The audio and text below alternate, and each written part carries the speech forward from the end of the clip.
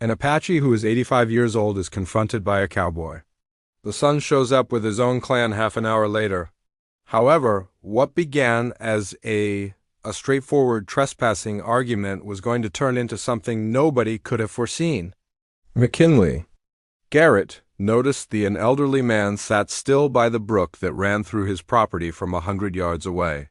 The Apaches endured. His gray hair gleamed like silver strands in the midday light as his hands leaned on a walking stick. He appeared frail, almost spectral against the gnarled cottonwoods in the background. When Garrett spurred his horse, his jaw tensed. Ahead, he had purchased and paid for this land with blood and sweat. He had put in 16 hours a day to construct this ranch.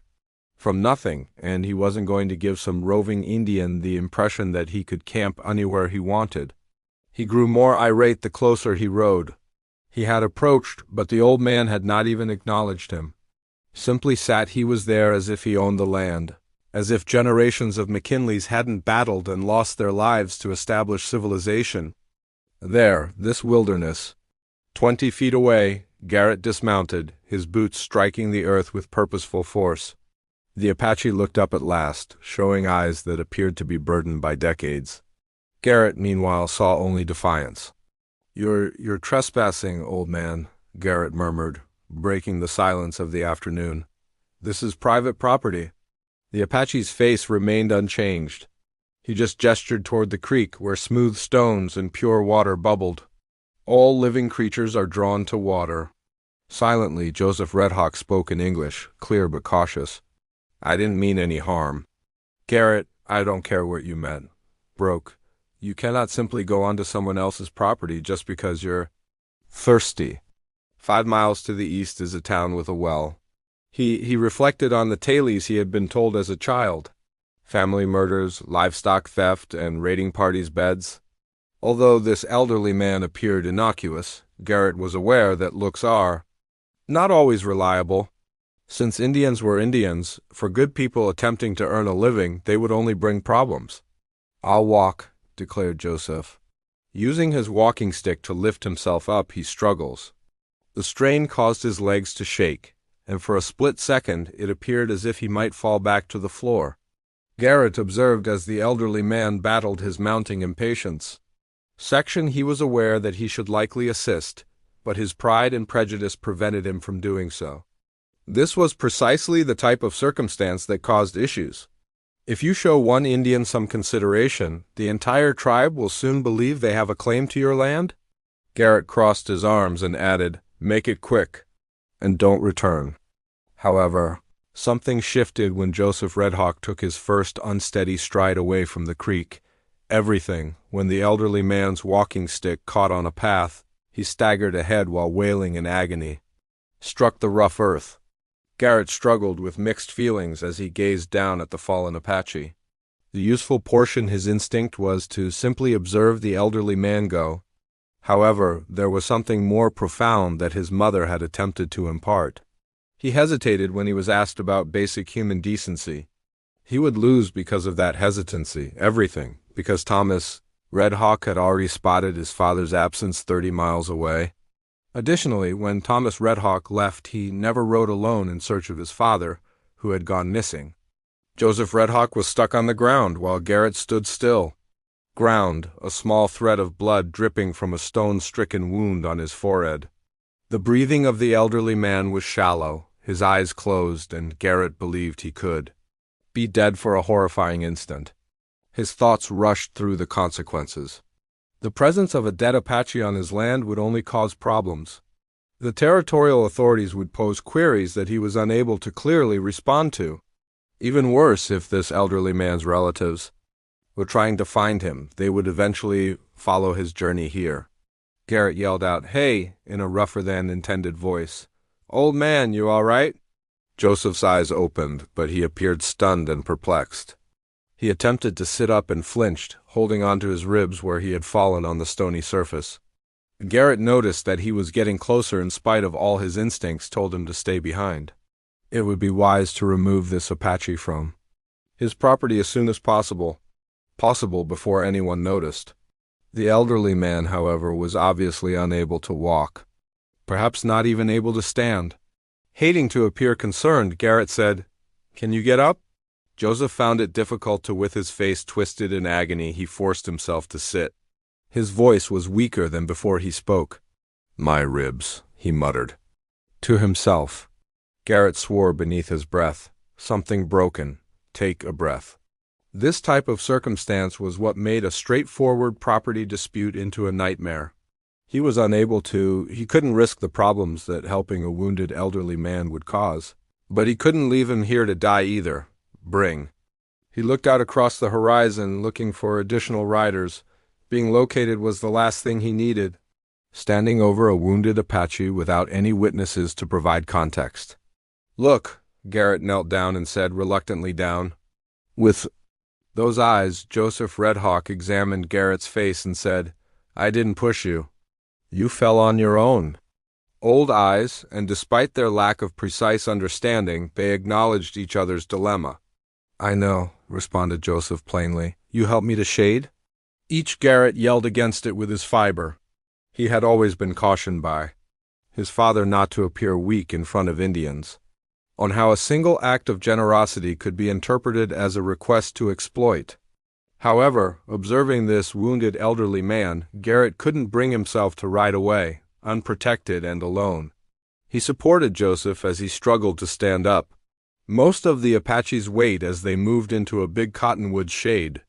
The elderly man weighed less than as anticipated. His body felt brittle under Garrett's grasp. "Joseph, water when they got to the tree," they whispered. After getting his canteen back, Garrett observed the Apache taking a slow drink. Cautiously, he could see up close the old man's worn leather vest with its elaborate beadwork. The cautious manner in which his little trinkets were used to braid the gray hair. This was no barbarian nomad. This place was dignified. Tradition, a purposeful way of living. "What's your name?" Garrett couldn't help but inquire. "Joseph." Red Hawk arrived in silence. "Respond, you're Garrett McKinley too." "I own this land." Joseph gave a slow nod. "Good water, good land. This is where my granddad used to hunt." The words resonated. Garrett prefers physical contact. This was not a case of careless trespassing. This was more profound than property. Territorial surveys and actions. However, before he had a chance to comprehend that, Joseph Red Hawk said something that made his blood froze. "My son is going to ask me where I am. When I stray too far, he becomes concerned." "Your son?" Garrett's voice emerged as faintly a murmur. "Red Hawk, Thomas, he is now in charge of our people. When he is unable to find me..." Joseph's eyes met Garrett's, and they were filled with truth rather than danger. "He'll come looking." The name Garrett felt as though Thomas Red Hawk had punched him in the stomach. The Apache leader's name was familiar to all ranchers within 100 miles, who was respected by the territory authority as well as his own people. The individual who mediated the previous 3 peace agreements and has always kept his word. Garrett was seated next his father, who was hurt. "Red Hawk, Thomas is your son." Garrett tried to remain composed, but his voice broke. Joseph shuffled against the wall and nodded, squirming. "The trunk of the tree, he is protective and a good son. As the sun starts to go down and I haven't come back," he said, making a feeble gesture toward the eastern sky, "he will assemble the young fighters and mount them, outlooking." All of Garrett's knowledge on Thomas Red Hawk was jumbled in his mind. The individual wasn't merely a tribal head, he was legendary. There were tales of him pursuing cattle rustlers who had stolen from Apache on his own herds, bringing them back safe but frightened. How he had worked to get 3 settlers who had been captured released without spilling any blood. How he inspired warriors to be faithful to him, even if it meant following him into hell. How, knowing he wouldn't like the response, Garrett inquired, "How long before he starts looking?" Joseph researched the role. The sunlight through the leaves of the cottonwood. Soon after, panic started to at Garrett's chest with a claw. It was terrible enough to see an Apache elder hurt on his land, but Thomas Red Hawk find his father injured on a white man's property. War might result from that. Alternatively, it can signal the end of all Garrett had fought for. Garrett added, I need to get you back to your people, and he stood up fast before someone comes looking. Joseph, however, screamed in agony and fell back against the tree when he attempted to stand. Neither of them had recognized how much harm fall had caused. Sweat was beading on his forehead, and his face had turned pallid, in spite of the cold shade. "Cannot ride?" exclaimed Joseph. "Ribs, maybe lung?" Garrett's desperation grew as he looked at the wounded man. There was no way he could transfer Joseph without getting hurt badly. But he also couldn't abandon him here, and the likelihood of Thomas Red Hawk showing up increased with each minute that went by. More powerful, he heard it at that point. The noise that caused his veins to freeze, unmistakable but far away. The sound of several horses thundering across the hard dirt. For casual travel, there are too many horses. Too structured. For arbitrary riders. Joseph also heard it. His old eyes locked with Garrett's, and in there was something that appeared to be sympathy. "They're coming," Joseph muttered. Garrett snatched his gun out of its leaning against his saddle. He examined the interior with trembling hands. Regardless of how many riders there were, 6 shots coming up. He would be damned if he went down without a fight. Even though the arithmetic wasn't on his side, the noise intensified. Closer and louder. Now, Garrett was able to identify distinct hoofbeats and sense the discipline in their creation. These searchers weren't just anybody. This war party was guiding them and moving with lethal intent. Would be Thomas Red Hawk, who is searching for his father, who has gone missing. Dust clouds started to build against the sky in the distance. Sky in the afternoon. It was about 2 minutes before they reached the top of the ridge and found Garrett, kneeling over their wounded older man holding a weapon. "You have 2 minutes to come up with an explanation for the inexplicable." The hoofs thunder as 8 Apache warriors topped the ridge. The beats became thunderous. The black shapes of their horses against the flaming sky in the afternoon. A man who demanded attention even from a distance rode at their head. Thomas Red Hawk, his formidable like an arrow in flight, the frame sliced through the air. Garrett's finger gripped his gun trigger more tightly as the war party came over. However, his wrist was immediately seized by Joseph Red Hawk's grizzled hand with unexpected vigor. "No," the elderly guy muttered. Urgently, the riders slowed as they said, "If you point that weapon at my son, there will be no words that can save you." Their horses were snorting and pawing the earth as they approached the creek. With a single, smooth motion, Thomas Red Hawk dismounted. He saw his father under the cottonwood tree right away. Garrett's mouth dropped at what he saw in those eyes. Dry out. It was something much more dangerous than the violent rage he had anticipated. Restrained rage. Thomas was less mature than maybe 45, Garrett had pictured, with black hair that reached his shoulders and scars that talked about victories. He had a knife hanging from his waist and was dressed in traditional Apache garb combined with functional riding gear. That appeared to have seen a lot of use at his side. Thomas exclaimed, "Father," in Apache, his voice echoing over the lake. A blade of distance. Joseph gave Garrett a feeble gesture in their home tongue in response.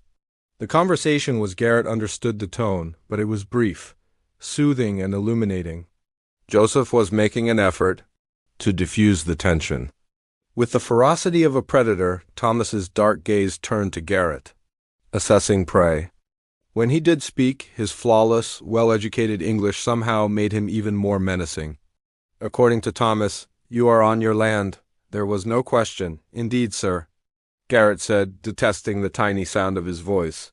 "My father was intruding on my property." Once more, not a query. Uncertain of the direction this was taking, Garrett nodded. Thomas took a step forward. Garrett resisted the need to lift his firearm. With their hands resting, the other fighters stayed mounted but vigilant. Idly close.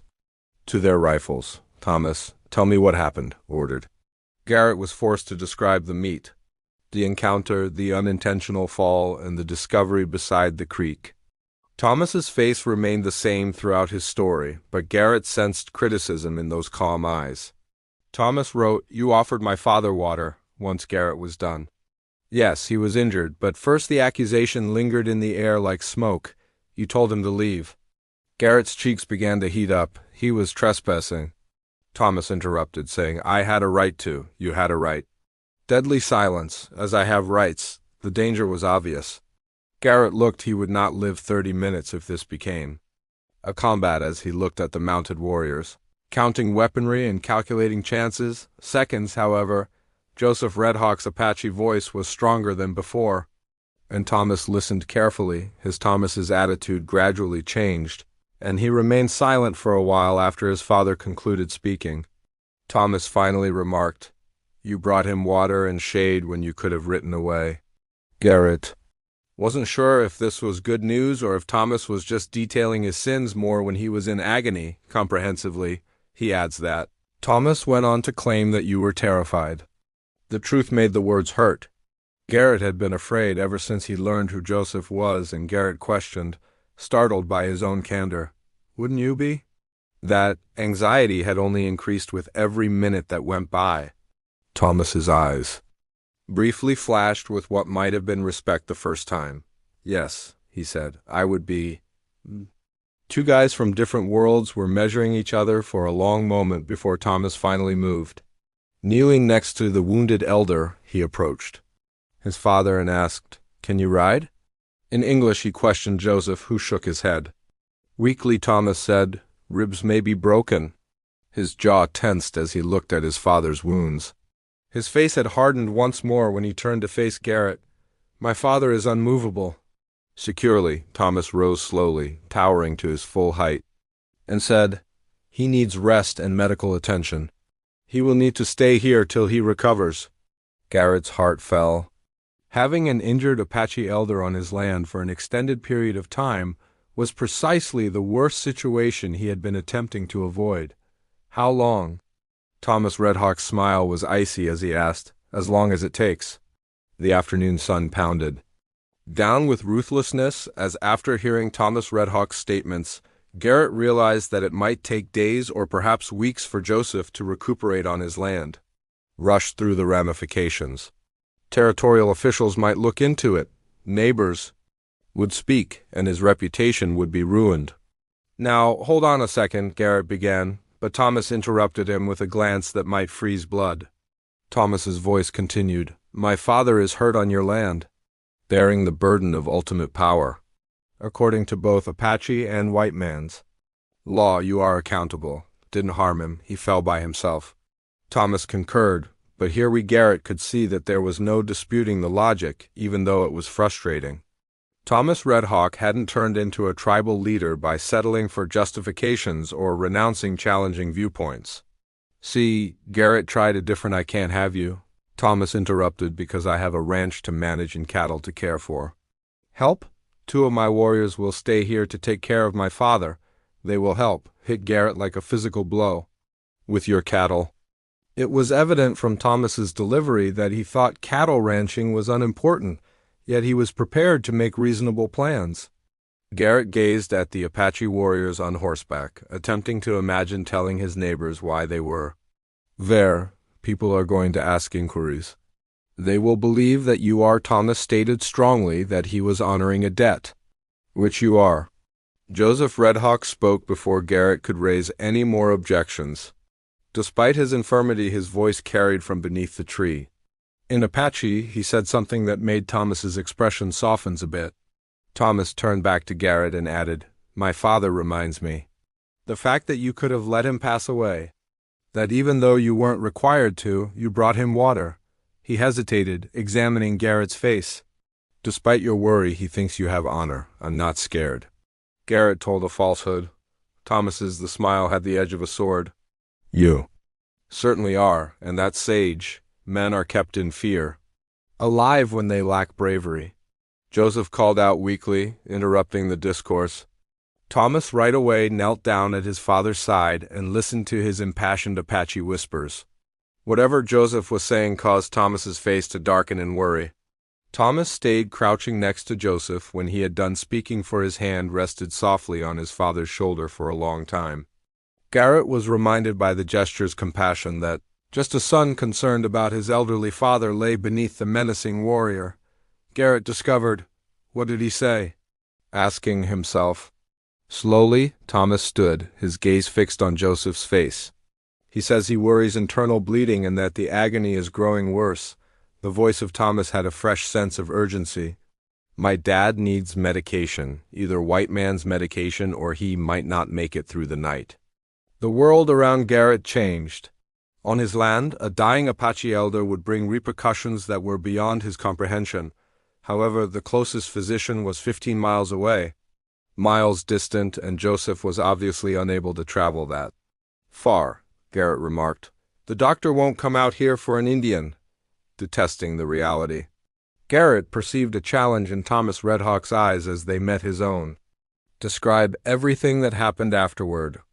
Thomas said, then you will have to convince him. Because if my dad passes away, he left the sentence hanging. Here on your land under your watch, he said. However, the danger was obvious. Garrett was forced to make a hard decision. Watch Joseph or risk all to save a man he'd wanted gone an hour ago? Will Redhawk perish and suffer his son's wrath? As Garrett, how would you respond? Put your safety and reputation at risk to ride into town and insist that an Apache elder be treated by a racist physician, or remain and pray Joseph lives without any medical assistance. Assistance, aware that failing would mean having to deal with Thomas Redhawk's justice? Tell me in the comments. I must know which side you make the decision because Garrett's next move will determine whether or not he survived to see another sunrise.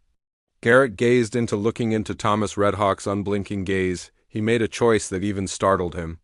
He strode without saying another word, swung into the saddle of his horse. I'll get the doctor, he said, sounding more composed then. He actually was, Thomas. He was studied for a long time. Dr. Morrison has strong views for my people, so he won't come voluntarily. I'll have to get him to reconsider. Thomas's face changed, acknowledging, though not exactly approving, Garrett's determination. Pointing to one of his fighters, he added, Take Swift Arrow with you. If Morrison doesn't arrive, maybe meeting one of us would help him understand his responsibilities. Thomas, the warrior, was young, probably 25, with he dismounted. With ease, his sharp eyes and customary Apache battle paint still apparent on his cheekbones. Garrett stated it might make things worse, but he wasn't sure why he was attempting to go close to his horse. Swift Arrow speaks English. Well, he might be honest if you protect a doctor he'd never liked, Thomas said. There was no more time to debate. Joseph's breathing had become heavy, and a person would know if Morrison was lying to you. His aged features were beginning to show grayish paler. Every minute now mattered. Garrett and Swift Arrow rode hard. Despite riding a bear, the Apache warrior kept up with ease as they headed toward town, and the surroundings became indistinct. Town looked on as the two men understood the stakes and pushed their horses to the maximum without exchanging words. As the sun started to set, the horizon appeared. Garrett had experienced this voyage innumerable times, but never they thundered. Down the main road, never with a man's life in jeopardy and always accompanied by an Apache warrior. Roadway attracting staircases and the murmurs of the town's residents. Garrett disregarded them all, concentrating only on he, dismounted, and exploded on the white clapboard structure that was Dr. Morrison's office and home. Swift Arrow close behind him as he walked into the doctor's door without knocking. Dr. Morrison looked up from his desk. When he spotted the Apache warrior, his countenance darkened instantly. McKinley, what in God's name? I require you to attend. My ranch, Garrett cut in. A man is dying. Morrison's gaze shifted back to the quick arrow. What kind of man? Garrett yelled, You're a doctor or not? I don't treat Indians. Kind that bleeds red like the rest of us, Morrison said. Swift Arrow strode forward, his presence dominating the tiny office, and remarked bluntly, You know that. When he spoke, the deceased is Joseph Redhawk. A revered elder, English was accurate and well-educated. Of our people. The threat was obvious, and his son, Thomas Redhawk, is in charge of soldiers who never forget an insult. Morrison's face became white. The Apache people in the area knew that Thomas Redhawk's word was law, and as everyone who deserved his regard was protected. You're threatening me, Morrison muttered. I'm explaining. Swift Arrow simply responded, consequences. Garrett was torn between two universes and two sets of laws that seldom came together harmoniously, but observing Dr. Morrison's terrified expression, he understood that terror might be the only doc, whispered Garrett softly, language that worked here. Joseph Redhawk is dying on my property. Thomas Redhawk will hold me accountable if he passes away. And if he Garrett left his own implications hanging in the air, holds me responsible. Morrison understood. If anything, the doctor would be the only person who heard this exchange and the only one who could have spared Garrett's life. Morrison replied, I'll need my medical bag, but decided not to. At last, Swift Arrow's voice was resigned. Already in your buggy, he muttered, smiling slightly. Morrison gazed at the shocked warrior. How could you? Swift Arrow clarified, since our arrival, we have been keeping an eye on you. Thomas Redhawk does not leave significant issues up to chance. Garrett understood as they were about to depart that everything he believed he was aware of this circumstance had been mistaken. This was neither a chance meeting or a straightforward trespass disagreement. The Apache had been observing, planning, and getting ready for a number of possible results, but the query that nodded at it was easy for him as they hurried back toward his ranch. What else had they been doing if they had been keeping an eye on Dr. Morrison, observing? And what was the true purpose of this whole situation for Thomas Redhawk? The return trip to Garrett's property felt like the Dr. Morrison sat rigidly in his buggy, obviously exhausted from the longest 15 miles of his life. Swift Arrow rode with them, his presence a constant, frightened but attempting to keep his professional dignity. The scene had changed significantly by the time they reached the creek, serving as a reminder of the stakes involved. Using branches and Garrett's own saddle blankets, fighters had constructed a tiny shelter, providing cover and seclusion for Thomas Redhawk. Their wounded elder crouched next to his father and spoke quietly in Apache while keeping an eye on his breathing. Dr. Morrison grudgingly came over, holding his medical bag firmly. Up close, Joseph's breathing was shallow and erratic, and his complexion had developed a waxy pallor, indicating a dangerous condition. Thomas nodded and spoke to his father in Apache. I'll need to examine him, Morrison remarked softly. Joseph's eyes opened, looking with a mix of dignity and resignation at the white doctor. Who grants permission, Thomas translated. The resulting medical examination was the most stressful Garrett had ever seen. Morrison worked, despite his obvious discomfort with the circumstances, he worked efficiently but carefully, using kind hands. The Apache warriors observed every action, their expressions neutral but their focus unwavering. 2 broken ribs, Morrison declared. One has partially perforated the lung after a few minutes. The internal bleeding is not severe enough to be treated right enough. Deadly, he glanced up at Thomas. He requires pain relief, relaxation, and close supervision, monitoring, however, he ought to get better. Thomas's face lit up with relief. It was the first sincere reaction Garrett had witnessed from how long will it take the Apache leader to be able to travel safely? At least 2 weeks. Thomas nodded and went to Garrett, saying, You heard the doctor. My father will stay here. Month would be better. Morrison packed his instruments fast during his recuperation, obviously ready to get out. I'll need to check on him in 3 days, he added. And you'll come right away if his condition gets worse. Swift Arrow concluded, comprehend, following Morrison's departure. The group fell into an unsettling quiet, leaving Garrett by himself with 8 Apache warriors on his land, in charge of their most esteemed elder's well-being and security. Garrett started cautiously, saying, They can't all stay here. People will. Swift Arrow and Running Bear will take care of my father and help you with your ranch duties. So there will be 2 left, Thomas added.